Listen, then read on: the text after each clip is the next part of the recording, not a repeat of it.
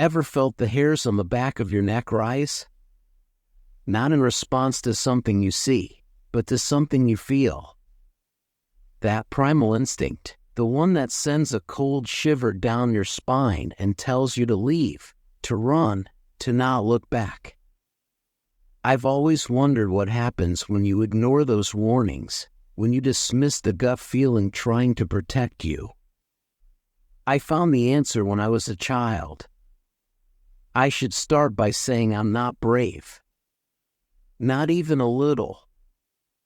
I was a timid kid, the kind who would shrink from bigger dogs, cry over loud noises, and hide behind his parents at the first sight of trouble. I was also small, almost comically small for my age, so everything in my world seemed giant. Other kids, even ones my own age, always seemed to tower over me. But it wasn't the big kids, the dogs, or even the dark that haunted me most. No, it was a painting. A simple, old painting that hung on the wall of my childhood bedroom. It might sound strange, right? But that painting, that thing was the source of my worst nightmares. The painting hung just above my bed, right where I could see it every night before I closed my eyes. My grandparents had collected it years before I was born, just an innocent autumn landscape. It showed a forest bathed in golden light, a waterfall cascading down into a pond. There were children, too, playing along the shore, skipping rocks, running after each other, laughing in a silent world. It should have been peaceful, a scene to comfort a child, but for me, it wasn't. For me, that painting was something else entirely. At first, it was innocent. I'd lie in bed and imagine myself there, among the kids by the pond, climbing trees and chasing frogs. I would give those kids names, though now I can't remember what I called them. Did I name them? It feels like they already had names by the time I met them. And here's the strange part. There were only 3 children in the painting. I remember that for sure. 3. Maybe 4. But the more I stared at it, the longer I lay in bed imagining myself in that world, the more children seemed to appear. I'd noticed them hiding behind trees or peeking out from the rocks near the waterfall. Sometimes, one would be wading through the stream or hanging from the branches of a tree. The longer I stared, the more they emerged, their faces playful at first. But as time passed, I realized they were watching me. It started slowly. I'd be lying in bed, staring up at the painting when I'd notice a new child in the picture. A girl hiding behind a tree. A boy sitting by the pond. At first, I thought I was imagining it, that my mind was playing tricks on me. But the more I watched, the more unsettling it became. The children didn't move, not really. But I could hear them. Laughter. The splash of water. The rustle of leaves in the breeze. One night, as I stared at the painting, I realized the waterfall wasn't static anymore. I could see the water flowing, cascading over the rocks, the sound of it just barely there, like a distant memory. The trees seemed to sway ever so slightly in the wind. I could hear the branches creak. And the children, they were moving. Not like real people. It was as if they would be in one spot, and then the next moment they'd be in another, with no motion in between. The giggles, the skipping stones, the echo of children's voices filled my room. But the faces of the children, they weren't as friendly as I once imagined. I didn't tell anyone. Who would believe me? My parents thought I had an overactive imagination, and I convinced myself that it was all in my head. Until the night I saw her. It was late, past midnight, and I couldn't sleep. The painting seemed to glow in the moonlight, drawing my eyes to it. I remember leaning forward in bed, trying to see more detail, my face inches from the canvas. That's when I saw it. The pond wasn't empty. A head slowly rose from the still water. Her long, dark hair was wet, clinging to her face, obscuring her features. But I could see her eyes. Black, hollow, bottomless. She stared directly at me, even though her face was covered. I froze. I wanted to scream, but no sound came. She wasn't moving, but I could feel her rising out of the pond, inch by inch. My hands gripped the edge of the bed, my knuckles white, and my heart pounding so hard I thought it would burst from my chest. Then, nothing. Silence. The painting was still again. But I wasn't. My skin was clammy, my head spinning, my body cold with fear. I passed out, collapsing into the pillows with a dull thud. The next morning, I woke up feeling like it had been a dream. A terrible nightmare. But the fear hadn't left me. The painting hung over my bed, unchanged, and yet I couldn't shake the feeling that something was wrong. At school that day, everything felt off. I loved kindergarten, especially my teacher, Ms. Black. She was warm and kind, with a laugh that could brighten even the darkest days. But when I walked into class that morning, the air felt heavier, as if the whole room was holding its breath. The walls, usually adorned with colorful artwork, seemed dull and lifeless. The drawings my classmates had made looked different too. The children in their pictures, children who looked eerily similar to the ones in the painting at home, weren't playing anymore. They weren't laughing or running. They were staring. At me. The classroom felt colder than usual that day. The drawings of the children on the wall, there was something wrong with them. They weren't like the pictures my classmates had drawn the week before, of happy families or stick figures playing under rainbows. No, these children were different. They were staring at me with empty eyes. Expressionless faces. At first, I thought I was just paranoid, letting my imagination run wild after what I'd seen in the painting. But then it got worse. Every time I looked up, there seemed to be more of them, more children in the drawings.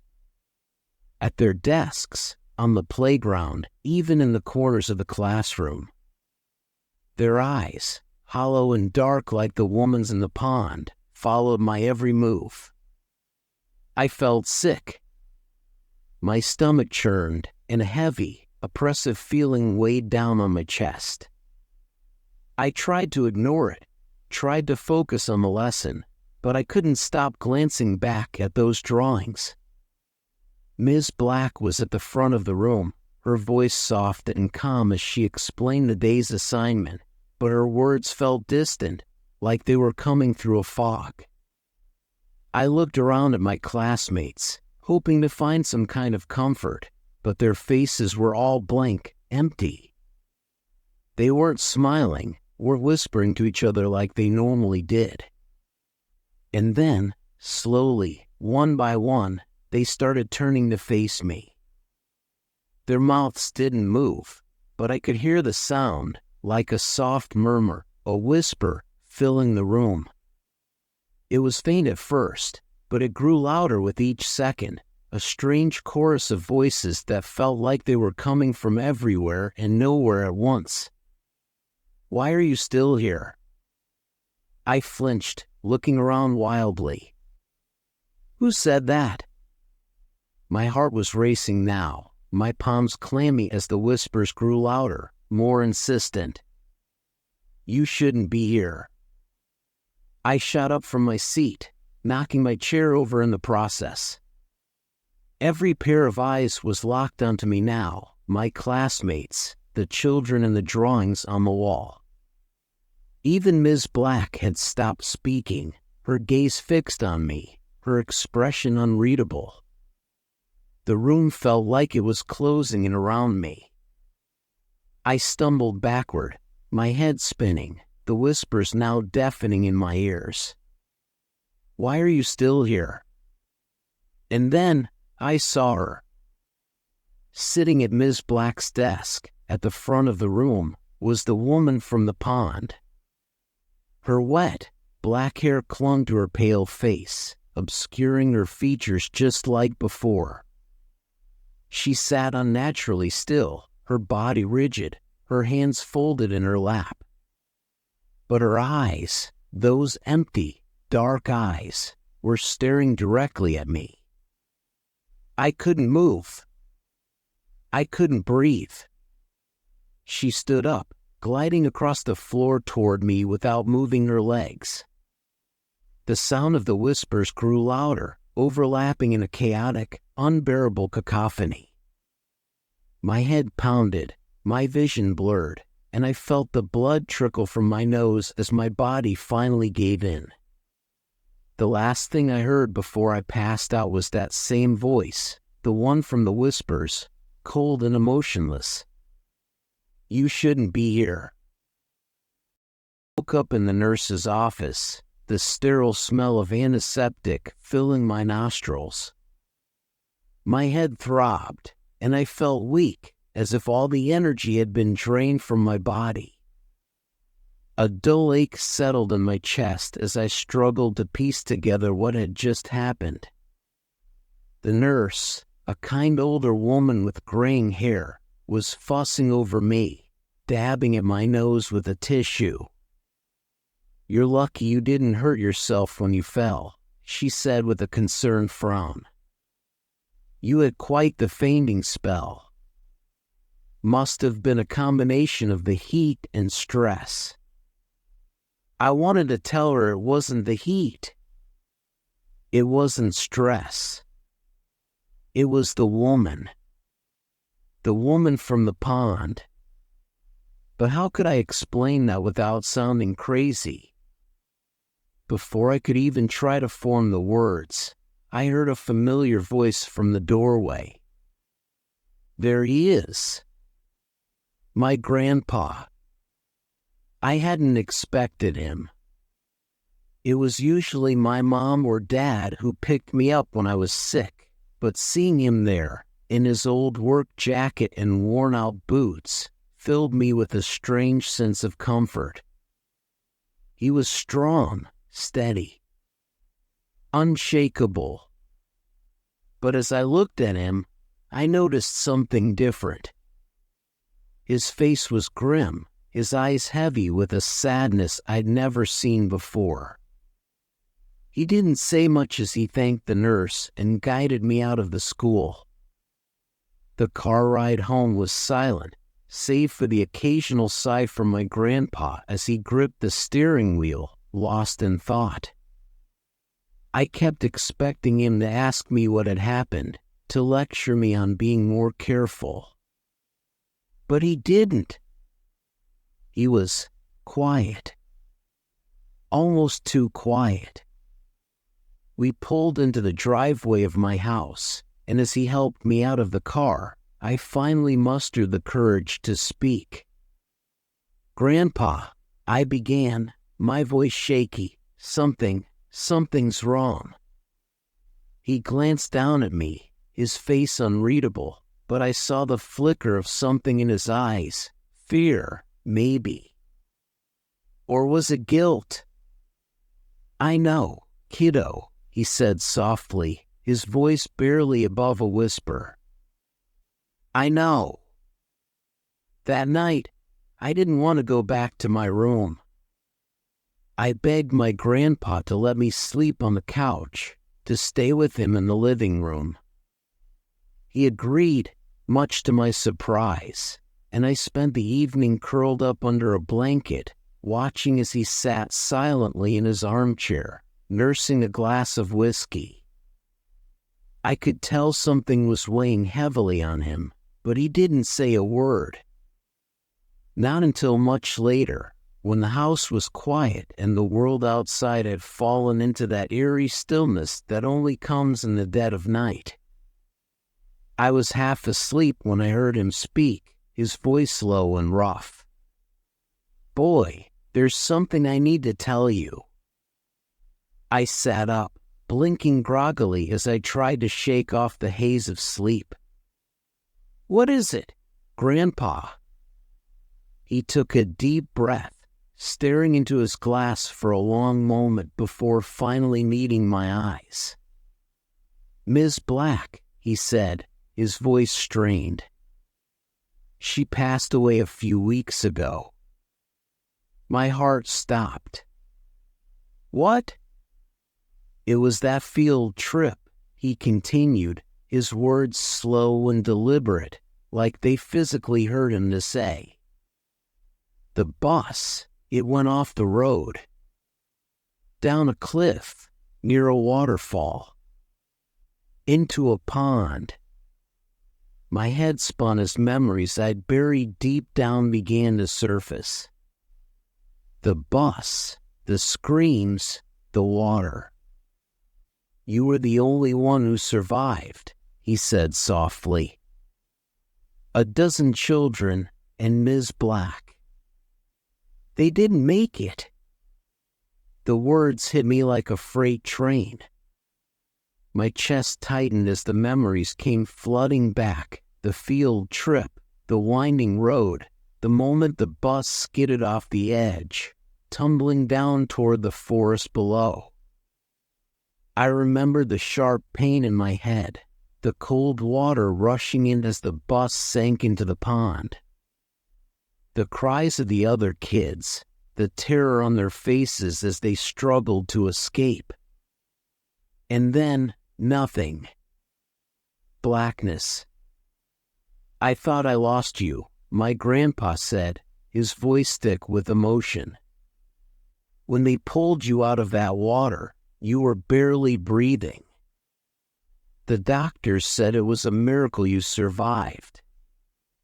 I sat there, numb, the weight of his words pressing down on me like a heavy blanket. It was all too much.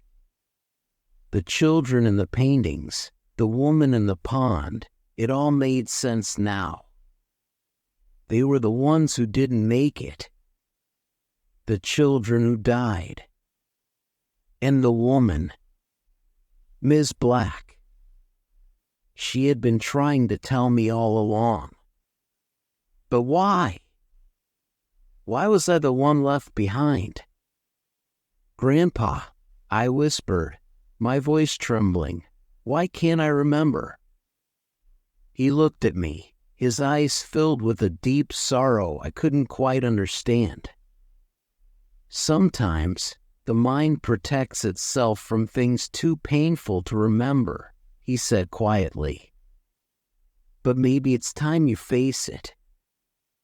The days that followed felt like I was living in a fog, memories and reality blurring together in a chaotic mess. I couldn't shake the feeling that something was still unfinished, that there were pieces of the story my grandpa hadn't told me, pieces I hadn't yet uncovered. I stopped going to school. Every time I closed my eyes, I saw the faces of the children. Their blank stares. Their empty expressions. It was as if they were waiting for something, waiting for me. I couldn't concentrate, couldn't eat, couldn't sleep. And when I did manage to drift off, the dreams came. Dark, haunting dreams. In them, I was always back on that bus, teetering on the edge of the cliff, the children laughing and playing, oblivious to the danger ahead. But I knew. I could see the drop looming ahead, and I tried to warn them. I tried to scream, to shout, but no sound would come out. And then, just like before, the bus plunged into the abyss, the world spinning as we crashed into the pond below. But in the dreams, it wasn't me trapped in the bus. It wasn't the other kids crying out for help. It was her, the woman from the painting, from the pond. Ms. Black. She was always there, just beneath the surface of the water, her dark hair floating around her face like a veil, her empty eyes staring up at me, accusing, as if it was my fault she was there. As if it was my fault they were all dead. One evening, as the sun dipped low on the horizon, casting long shadows through the windows, I sat on the porch, wrapped in a blanket, trying to make sense of it all. My grandpa was inside, but I could hear the soft clink of his glass against the table, his way of dealing with the weight of the past. The cool breeze rustled the leaves of the trees in the yard, and for a moment, I let myself relax, trying to pretend everything was normal. But then I heard it, faint at first, but unmistakable. Laughter. The sound of children playing.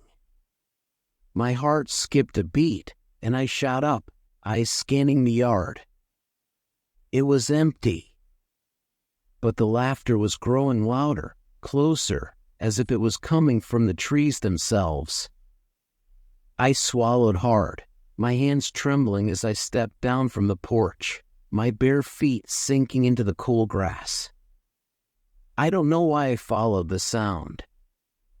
Something inside me, some deep, primal instinct, told me I had to. That this was important. That this was what they wanted. The laughter led me toward the edge of the woods, where the trees grew thicker, darker. I hesitated at the tree line, the knot in my stomach tightening. But then I saw it, a small, flickering light, like a firefly, dancing between the trunks. And just beyond that, a flash of movement. Children. They were running through the trees, their silhouettes barely visible in the fading light, their laughter echoing through the air. My heart pounded in my chest, but my feet moved on their own, carrying me into the woods. As I followed them deeper into the forest, the trees seemed to close in around me, the air growing colder with each step. The light was fading fast, but I could still hear the laughter, still see the shapes darting between the trees. I stumbled over roots, my breath coming in ragged gasps as the terrain became steeper, more treacherous. And then I saw it. The waterfall. The same one from the painting, from the field trip. The one where the bus had crashed. It looked exactly like it had in my dreams, majestic and haunting, the water cascading down into the pond below. But now, standing at the top of the cliff, looking down at the water, I felt a pull, a deep, magnetic force urging me forward. The children were there, standing at the edge of the pond, their figures blurry and indistinct in the twilight. But they weren't playing. They were staring up at me. Waiting. I took a step closer to the edge, my pulse racing. The wind whipped around me, carrying with it the faint sound of a voice. A whisper. Come back. I froze, my heart in my throat. The voice wasn't the children's. It was hers. Ms. Black. Her voice echoed in my mind, soft and mournful, like a plea. I looked down at the pond, at the dark, still water, and I saw her rising slowly from the depths, her hair wet and matted against her face, her eyes locked on mine. "Come back." I stumbled backward, my hands shaking. She was calling me. But why? Why now? The children's laughter had stopped, replaced by a deafening silence that pressed in on all sides. My mind raced, trying to make sense of it all. What did she want from me? Why couldn't she let me go? And then, in a sudden, terrifying moment of clarity, I realized. She wasn't calling me back to the pond. She was calling me back to the day of the accident. To the moment when everything had gone wrong. To the moment when I had lived and they had died. The next morning, I told my grandpa everything. I told him about the voices, the laughter, the dreams. I told him about the children, about Ms. Black, and how they had been haunting me for weeks. And I told him about the waterfall, the pond, and how I had felt her calling me back. He didn't say anything for a long time, just sat there, staring out the window, his hands clasped tightly together in his lap. When he finally spoke, his voice was low, almost a whisper. "I thought it might come to this," he said, his eyes distant, lost in thought. "I hoped it wouldn't, but I knew you couldn't escape it forever." I frowned, confused. "What do you mean?" He sighed, rubbing a hand over his face. "There are things in this world, boy, things we don't understand. Spirits, ghosts, whatever you want to call them. Sometimes they're tied to the places where they died. Sometimes they're tied to the people who survived." My blood ran cold. "You mean they're tied to me?" He nodded slowly. "You were the only one who made it out of that pond alive. That kind of thing leaves a mark, whether you can see it or not. And those kids, they're not at rest. They haven't moved on." I felt a lump form in my throat, the weight of his words settling heavily on my chest. "So what do I do? How do I help them?" He looked at me, his expression grim. "You need to go back.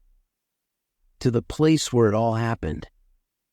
You need to confront them, Ms. Black, the children. They want something from you, and until you figure out what it is, they're not going to stop." I stared at him, my heart pounding in my ears. "And if I don't?" He didn't answer. He didn't have to. A few days later, my grandpa drove me back to the site of the crash. The area had been cordoned off for years, left to be reclaimed by nature. The road that once led to the field trip destination was now overgrown with weeds and vines, the guardrails rusted and broken where the bus had gone off the edge. The closer we got, the tighter the knot in my stomach grew. It was strange, returning to the place where I had almost died, where so many others hadn't been as lucky.